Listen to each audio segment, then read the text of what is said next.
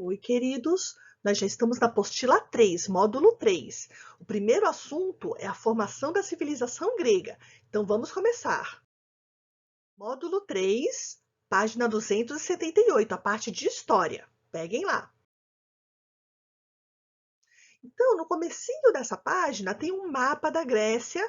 Aliás, é um mapa que mostra ali o sul da Europa, um pedacinho da Ásia, um pedacinho da África. Todas essas partes que estão pintadas de vermelhinho, ou um rosinha mais escuro ali, eram regiões que tinham cidades gregas. Então a gente consegue perceber pelo mapa que as cidades gregas estavam espalhadas em vários lugares. Então a Grécia antiga, ela não formou um reino único, um império único, justamente porque as cidades estavam longe umas das outras.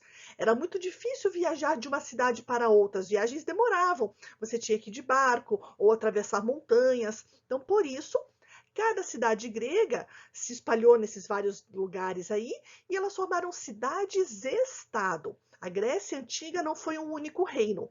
As cidades eram cidades-estado. Cada uma delas com suas próprias leis, sua própria organização política, seu próprio exército e tudo mais. O que essas cidades tinham em comum era o seu idioma, que era o grego, e as suas lendas, a sua religiosidade. Todas as cidades gregas acreditavam naquele panteão, naquele grupo de deuses que a gente chama genericamente de mitologia grega.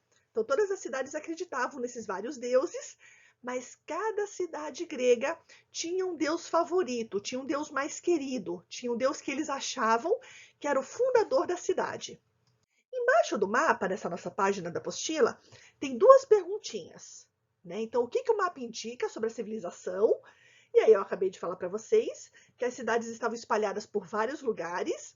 E quais são os nomes das maiores ilhas do mapa? Gente, a civilização grega se espalhou por várias ilhas também, além das partes continentais. Muitas ilhas, as várias ilhas ali do mar Egeu, tinham civilizações, tinham cidades gregas. E aí a pergunta está pedindo quais são as maiores. As maiores, então, são Sicília, Creta e Chipre.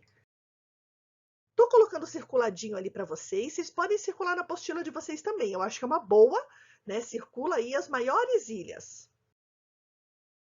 Vários sítios arqueológicos comprovam que a civilização grega começou na cidade de Micenas e na ilha de Creta.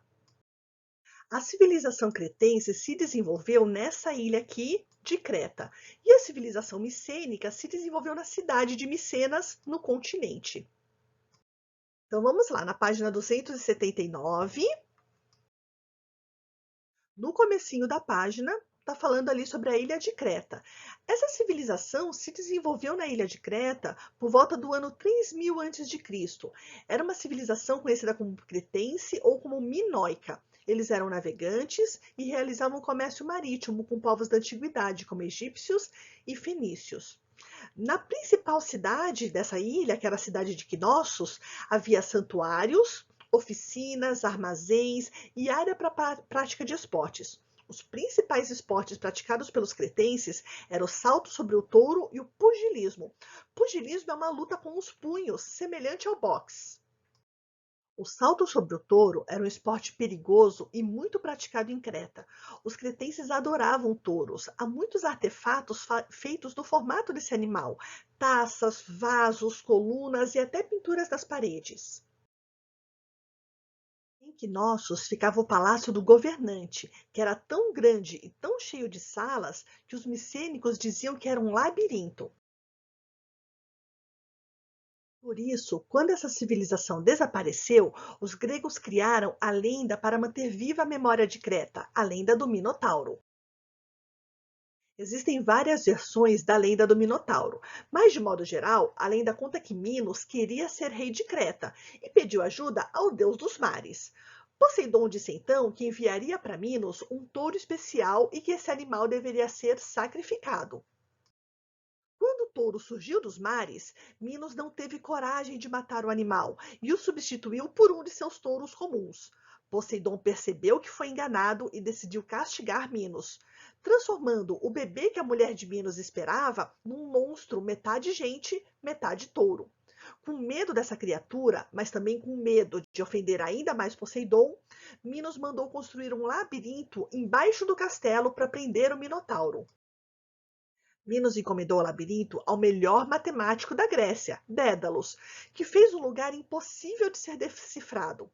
Porém, no final da construção, o Minos trancou Dédalus e seu filho Ícaro dentro do labirinto, para que eles nunca contassem o segredo para ninguém. No teto do labirinto havia espaços abertos, mas bem altos, para que o Minotauro não pudesse fugir, mas que permitiam a entrada de ar, chuva e luz. Assim, Dédalus instruiu seu filho a recolher penas de aves que voavam o labirinto e, com a cera de algumas velas que eles tinham, construíram asas para fugir voando. Ícaro ficou encantado ao voar e ver o mundo lá de cima. Dédalo o avisou que, se ele fosse muito alto, o calor do sol derreteria a cera das asas e ele poderia morrer. Mas o Ícaro estava tão emocionado com a vista lá do alto que subiu cada vez mais. O sol derreteu a cera e o Ícaro morreu. Muito tempo depois, Creta entrou em guerra contra a cidade de Atenas. Ao vencer a guerra, Minos ordenou que todo ano fossem enviados 7 rapazes e 7 moças atenienses para o labirinto para serem mortos pelo Minotauro. Após 3 anos de sacrifícios, um jovem chamado Teseu decidiu enfrentar voluntariamente o Minotauro. Ao chegar ao palácio de Minos, Teseu se apaixonou por uma das filhas do rei, chamada Ariadne. A Ariadne também se apaixonou por Teseu e entregou para ele uma espada mágica para matar o Minotauro e também um novelo de lã para que ele prendesse a ponta na entrada do labirinto e poder encontrar o caminho de volta. Teseu precisava ser muito cauteloso para não ser pego de surpresa. Quando Teseu avistou o Minotauro, ele o matou. Assim, ele resgatou os atenienses que estavam lá dentro, voltando pelo caminho do novelo de lã e tirando todos lá de dentro do labirinto. O Minotauro é uma das figuras mitológicas mais conhecidas e foi contada de geração em geração para as crianças gregas, para que todos aprendessem a sempre respeitar os deuses.